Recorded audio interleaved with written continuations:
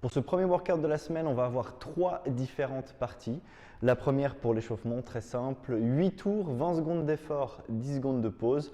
On va simplement monter un genou après l'autre et puis essayer de rester dans ce mouvement pendant une vingtaine de secondes. On peut accélérer au fur et à mesure, commencer tout doucement. Et puis donc 20 secondes d'effort, 10 secondes de pause, 8 fois. Le workout du jour, la partie 2, va contenir 2 mouvements seulement. Le premier, c'est simplement le squat. Et le deuxième, c'est des push-ups. Comme d'habitude, plusieurs options. La première, en nest push-up. La deuxième, ça sera remonter avec les genoux.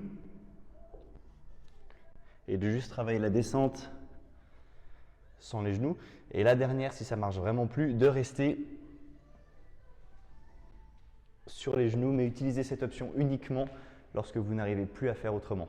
Et puis pour terminer, on va avoir une continuité par rapport à la semaine dernière. On va essayer de toujours travailler sur ce hollow en accumulant cette fois-ci non pas 3 minutes mais 4.